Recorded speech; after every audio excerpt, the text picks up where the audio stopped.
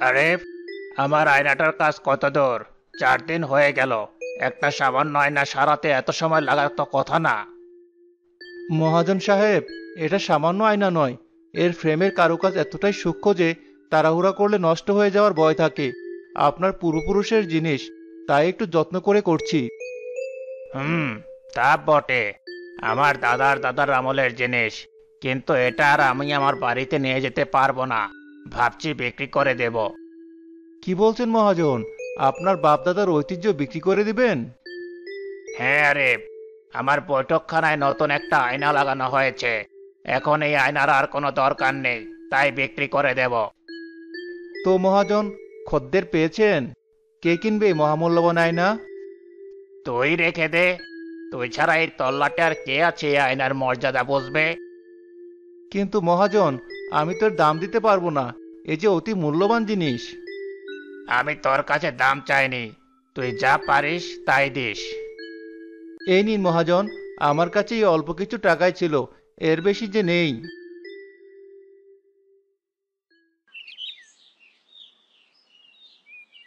মহাজন টাকাগুলো নিয়ে চলে যায়। আরিফ একটা দীর্ঘশ্বাস ফেলে আবার কাজে মন দেয়। মানুষ কত অদ্ভুত, জিনিসের কদর বোঝে না।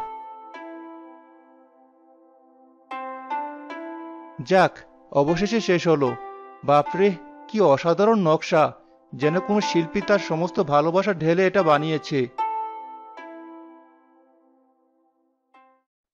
আহ, এবার দেখতে লাগছে বটে। আরিফ ক্লান্ত শরীরে নিজের প্রতিবিম্বের দিকে তাকায়। এ কি? আয়না এটা কে? এ তো আমি। কিন্তু আমার মুখটা এমন শান্ত, এমন স্নিগ্ধ আর উজ্জ্বল লাগছে কেন? মনে হচ্ছে যেন আমার মনে কোনো চিন্তাই নেই। সারাদিনের খাটুনির পর তো মুখটা তেলচিটে আর ক্লান্ত দেখানোর কথা। ধুর, হয়তো দোকানের এই টিমটিমে আলোর কারসাজি, না হলে এত পরিশ্রমে আমার মাথাটাই গেছে।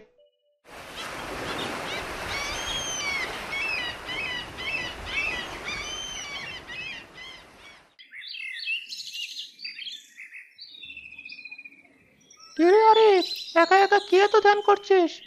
ওরে বাবা, এত বড় আয়না কোথায় পেলি? এত করে বাচ্চার ঘরের জিনিস বলে মনে হচ্ছে। কার এটা? আরে কামাল, আয়। এটা মহাজনের আয়না। সারাতে দিয়েছিল, পরে আমার কাছে বিক্রি করে দিয়েছে। তাই নাকি? তাহলে তো যাওয়ার আগে একবার দেখতেই হয়। দেখি তো আমাকে কেমন লাগছে এই রাজকীয় আয়নায়। বাহ বাহ, আমাকে তো কোনো সিনেমার নায়কের চেয়ে কম লাগছে না। কি বলিস আরিফ? আমার চেহারায় একটা রাজকীয় ব্যাপার আছে, তাই না? সবাই বলে। কামাল, 1 মিনিট দাঁড়া। তোর মাথার উপর ওঠা কি একটা আবছা সিংহের মাথার মতো লাগছে যে। সিংহের মাথা? কি যে বলিস না! আমার মাথায় আবার এই ঘন কালো চুল ছাড়ার কি থাকবে? তুই নিশ্চয়ই আমার সাথে মজা করছিস। আমি জানি তোর আসলে হিংসে হচ্ছে আমাকে এত সুন্দর লাগছে দেখে। না না, আমি সত্যি বলছি। দেখ, একটা আবছা সিংহের মাথা। তোর অহংকারী কথার সাথে সাথে ওটা যেন আরো স্পষ্ট হচ্ছে, আবার মিলিয়ে গেল। অদ্ভুত তো, আমি আগে কখনো এমন দেখিনি। তোর মাথা খারাপ হয়ে গেছে আরিফ। সারাদিন এই ভাঙাচোরা জিনিস নিয়ে পড়ে থাকলে মাথা তো খারাপ হবেই। যা, একটু বাইরে থেকে ঘুরে আয়। আমি চলি, আজ হাটে যেতে হবে। নিজের প্রশংসা বেশিক্ষণ শুনতে নেই, নজর লেগে যায়। আরিফ চিন্তিত মুখে আয়নাটার দিকে একদৃষ্টিতে তাকিয়ে থাকে। না, এটা আমার চোখের ভুল হতে পারে না। প্রথমে আমার নিজের প্রতিবিম্ব, এখন কামালের মাথার উপরে সিংহের মাথা। অহংকারের প্রতীক। এই আয়নাটার নিশ্চয়ই কোনো গভীর রহস্য আছে। এটা সাধারণ কাঁচ আর রূপোর ফ্রেম নয়, এর থেকেও বেশি কিছু। কিছুক্ষণ পর গ্রামের বিধবা রহিমা খালা লাঠিতে ভর দিয়ে দোকানে প্রবেশ করে। তার হাতে একটা ছোট মাটির বাটি, একটা কাপড়ের টুকরো দিয়ে ঢাকা ছিল। আরিফ বাবা, ঘরে আছিস নাকি? হ্যাঁ খালা, আসুন আসুন। আরে, আপনি কেন কষ্ট করে এলেন? আমাকে ডাকলেই তো আমি যেতাম। বসুন, ওই টুলটায় বসুন। আর বলিস না, কাল রাতে তোর কথা খুব মনে পড়ছিল। ঘরে সামান্য সুজি ছিল, তাই ভাবলাম তোর জন্য একটু হালুয়া বানিয়ে নিয়ে যাই। সারাদিন একা একা থাকিস, কে তোকে রান্না করে খাওয়াই? নে বাবা, বাটিটা ধর, গরম থাকতে থাকতে খেয়ে দেখ। আপনি কেন এত কষ্ট করতে গেলেন খালা? আপনার নিজেরই তো ঠিক মতো চলে না, এই বয়সে আমার জন্য এত ভাবেন? আরে, তোর জন্য কষ্ট কিসের? তুই তুই তো আমার নিজের ছেলের মতো। তোর মা বাবা বেঁচে থাকলে আজ কত খুশি হতো। ছেলেটা তাদের নাম রেখেছে। নে, কথা না বাড়িয়ে ধর। রহিমা খালার ক্লান্ত চোখ আয়নাটার উপর পড়ে। ও মা, কত সুন্দর আয়না বাবা! এমন ঝকঝকে আয়না তো আমি শুধু সিনেমার বাচ্চাদের ঘরেই দেখেছি। কি সুন্দর এর ধারগুলো! একবার সামনে দাঁড়াবেন নাকি খালা? দেখুন আপনাকে কেমন লাগে। ধুর, আমার আবার দেখা! এই বয়সে এই ভাঙা শরীর আর কোঁচকানো চামড়া নিয়ে আয়নার সামনে কি দাঁড়াবো? লোকে হাসবে। লোকে হাসবে কেন? আপনি আমার মায়ের মতো। আমার খুব ইচ্ছে করছে আপনাকে এই আয়নার সামনে একবার দেখি। আমার কথাটা ফেলবেন না খালা। রহিমা খালা আরিফের অনুরোধে অলসতা করে আয়নার সামনে দাঁড়ায়।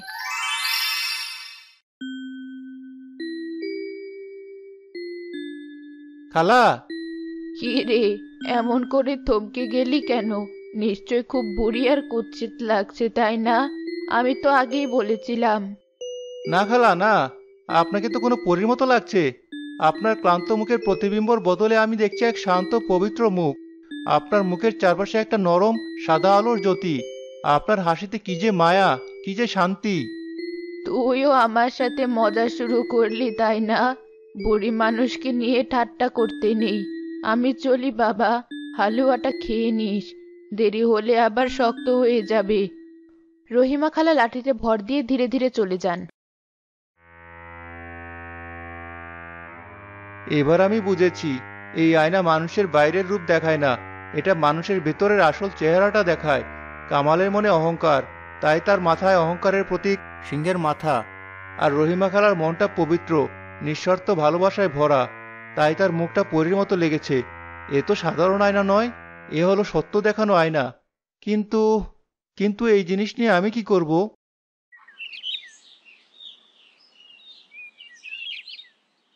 আরে ভাই, শুনেছিস নাকি ঘটনা? আরিফের দোকানে নাকি এক জাদুকরি আয়না আছে। হ্যাঁ, আমিও তো সেই কথাই শুনলাম করিমের কাছে। কি হয় ওতে? সত্যি নাকি সব বানানো কথা? আরে, বানানো কথা হবে কেন? খোদ কামাল দেখে এসেছে। ওই আয়নার সামনে দাঁড়ালে নাকি মানুষের মনের ভেতরের আসল চেহারাটা দেখা যায়। যে যেমন মানুষ, তার প্রতিবিম্ব নাকি তেমনই হয়। যে সৎ, তাকে দেখায় ফেরেশতার মতো, আর যে বদ, তাকে দেখায় শয়তানের মতো। বলিস কি? তাহলে তো একবার গিয়ে পরখ করে দেখতে হয়। চল চল, আজই যাবো। দেখবো আমাদের গ্রামের সাধু কে আর শয়তান কে। আসল মজা তো এবার হবে। কিন্তু আরিফ কি সবাইকে এমনি এমনি দেখতে দেবে? ছেলেটা তো একটু চুপচাপ স্বভাবের। দেবে না মানে? আমরা সবাই মিলে গেলে দিতে বাধ্য হবে। এ তো দারুণ এক তামাশা হবে। চল, দেরি করে লাভ নেই।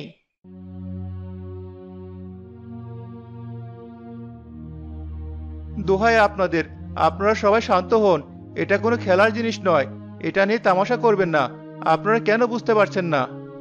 আরে, তুমি এত ঘাবড়াচ্ছে কেন? আমরা তো শুধু সত্যিটা দেখতে চাই। এই যে সুমন চাচা, আপনি তো গ্রামের মধ্যে সবচেয়ে সৎ মানুষ বলে পরিচিত। আপনি আগে দাঁড়ান দেখি। হ্যাঁ হ্যাঁ, আমি দাঁড়াবো। আমার মনে কোনো পাপ নেই। আয়না আমার কি দেখাবে? সুমন চাচা বুক ফুলিয়ে আয়নার সামনে দাঁড়ায়।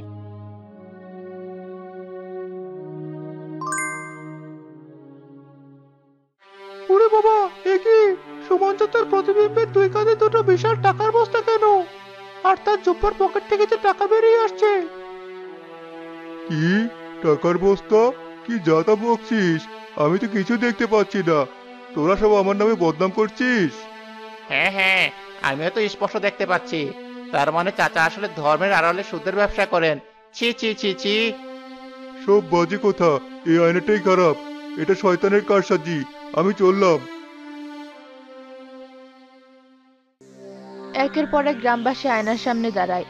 কেউ দেখে তার বন্ধুর প্রতিবিম্বের পিঠে একটা ছুরি। কেউ দেখে অন্যকে ভালো উপদেশ দেওয়া মহিলার জিভ সাপের মতো লকলক করছে। দোকানে এক চরম বিশৃঙ্খলা তৈরি হয়। বন্ধুত্বের সম্পর্কে ফাটল ধরতে শুরু করে। দোহাই আপনাদের, আপনারা এবার যান। আমি এই আয়না আর কাউকে দেখাবো না। এটা মানুষের মধ্যে শুধু বিভেদ, হিংসা আর অশান্তি তৈরি করছে। সত্য দেখানোর নামে এটা সম্পর্ক নষ্ট করে দিচ্ছে। দয়া করে আপনারা যান।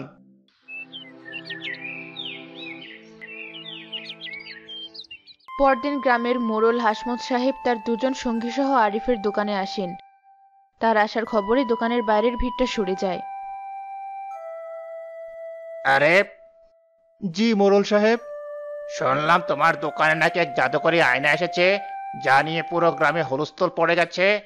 মানুষের মধ্যে মারামারি হানাহানি শুরু হওয়ার উপক্রম হয়েছে। জি মানে, ওটা একটা পুরনো আয়না, লোকে নানা কথা রটাচ্ছে। আরে, তুমি ভয় পাচ্ছ কেন বোকা ছেলে? আমি তো তোমাকে বকতে আসিনি, আমি তো তোমার প্রশংসা করতে এসেছি। তুমি এমন একটা আশ্চর্য জিনিস খুঁজে পেয়েছো, এটা তো আমাদের গ্রামের জন্য গর্বের বিষয়। আমি নিজে একবার দেখতে চাই সেই অলৌকিক আয়না। না না মোড়ল সাহেব, ওটা ওটা এখন আর ঠিকমতো কাজ করছে না। কালকে ওই হট্টগোলে হয়তো নষ্ট হয়ে গেছে। কাজ করছে না? নাকি তুমি আমাকে দেখাতে ভয় পাচ্ছ? আমি এই গ্রামের মোড়ল, আমার গোটা জীবন মানুষের সেবায় কেটেছে। এই গ্রামে আমি স্কুল বানিয়েছি, গরিবদের জন্য আমার দুয়ার সবসময় খোলা থাকে। আমার মনের ভেতরটাই আয়নার কাচের মতোই স্বচ্ছ। আমার দেখতে ভয় কিসের? নাকি তোমার মনে অন্য কোনো চিন্তা আছে? নিয়ে এসো আয়না, আমি দেখব। জি আচ্ছা।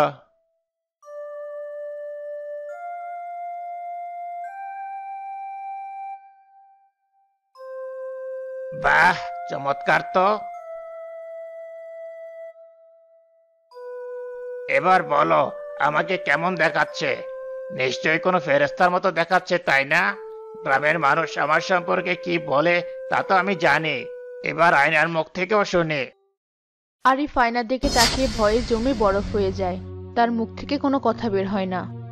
কি হলো, চুপ করে গেলে কেন? কথা বলছো না কেন? কি দেখছো?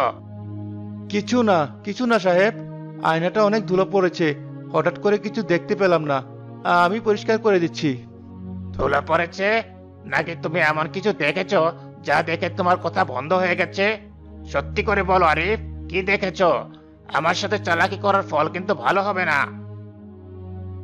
আমাকে মাফ করে দিন সাহেব, আমি সত্যি কিছু দেখিনি, আমারই চোখের ভুল, আমি অসুস্থ। হুম, ঠিক আছে, তোমার অসুস্থ শরীর, বিশ্রাম নাও।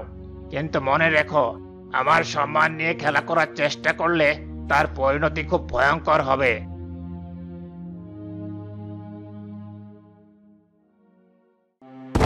আমি এ কি দেখলাম? হাসমত সাহেবের প্রতিবিম্ব একটা কুৎসিত বীভৎস শয়তানের মতো, তার চোখ দুটো জ্বলন্ত কয়লার মতো, আর তার প্রতিবিম্বর পিছনে গরিব কৃষকের জমি কেড়ে নেওয়ার দৃশ্য, বিধবা ভাতার টাকা আত্মসাৎ করার ছবি, এতিমখানার চাল চুরির দৃশ্য। এই মানুষটাকে গ্রামের সবাই নিজের বাবার মতো ভক্তি করে, শ্রদ্ধা করে। আমি এখন কি করব? আমি যদি সত্যিটা বলি, কেউ কি আমার কথা বিশ্বাস করবে? সবাই আমাকে পাগল বলবে, আর হাসমত সাহেব আমাকে আস্ত রাখবেন না। সৃষ্টিকর্তা, আমি কি করব? আমাকে একটা পথ দেখাও, সত্যকে প্রকাশ করার শক্তি দাও। মেলার অনুষ্ঠানে এক জনসভার আয়োজন করা হয়েছে। প্রধান অতিথি হিসেবে মঞ্চে বসে আছেন হাসমত সাহেব।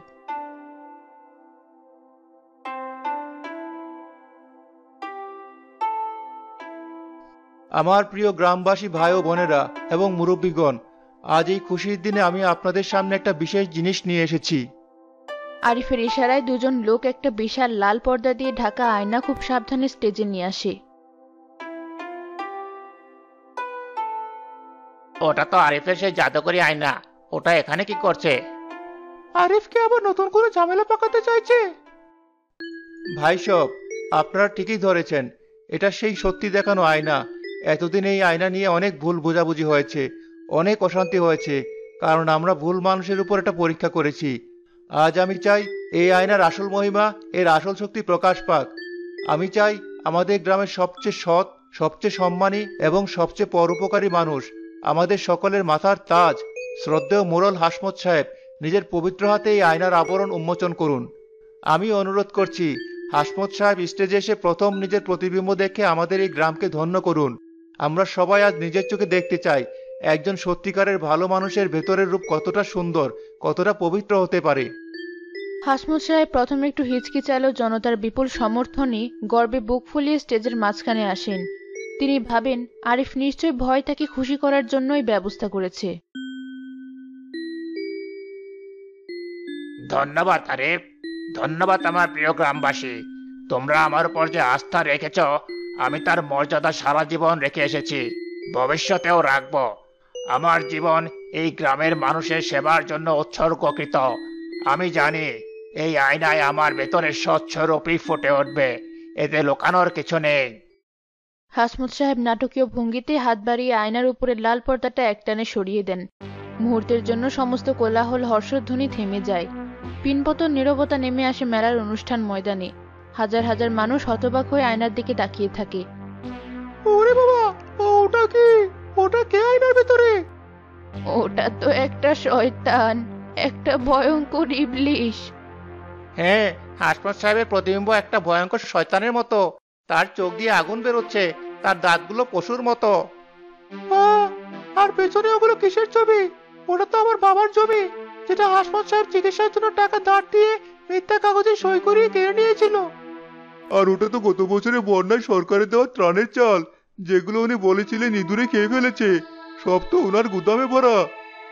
হাসমত সাহেব ভয়ে, লজ্জায় আর অপমানে ফ্যাকাশে হয়ে যান। তার সাজানো সম্মানের প্রাসাদ এক মুহূর্তে ধসে পড়ে। তিনি স্টেজ থেকে নেমে পালানোর চেষ্টা করেন। মিথ্যা, সব মিথ্যা। এই আয়না জাদুটনা করা, এটা আরিফের ষড়যন্ত্র। আমাকে ফাঁসানো হচ্ছে। বিশ্বাস করো না, কেউ বিশ্বাস করো না। কিন্তু ক্ষুব্ধ জনতা তার কথা শোনার জন্য প্রস্তুত নয়। তারা তাকে ধাওয়া করে। ঠিক সেই মুহূর্তে একটা বিকট কান ফাটানো শব্দ হয়।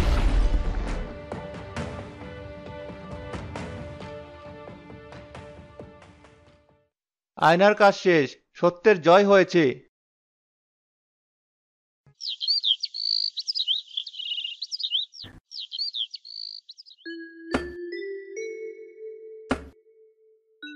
কিরে আরিফ, তুই তো এখন আমাদের গ্রামের সবচেয়ে সম্মানিত ব্যক্তি। নতুন পঞ্চায়েত তোকে কতবার কমিটিতে যোগ দিতে বললো, তুই গেলি না? আমি কোনো সম্মানিত ব্যক্তি নই কামাল, আমি একজন সাধারণ কারিগর, আর তাতেই আমি খুশি। যা করার এই আয়নাটাই করেছে। কিন্তু আয়নাটা যে অমনভাবে ভেঙে গেল, তোর একটুও খারাপ লাগছে না? ওটা থাকলে তুই কত কি করতে পারতিস, কত ক্ষমতা হতো তোর। না কামাল, আমার কোনো দুঃখ নেই। ওই আয়না হয়তো সত্য দেখাতো, কিন্তু ওটা মানুষের মনে বড্ড অশান্তি, অবিশ্বাস আর ঘৃণা তৈরি করেছিল। মানুষের মন বোঝার জন্য জাদুর আয়নার দরকার হয় না।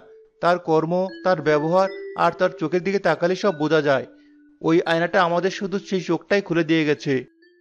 আরিফ পরম শান্তিতে তার কাজে আবার মন দেয়।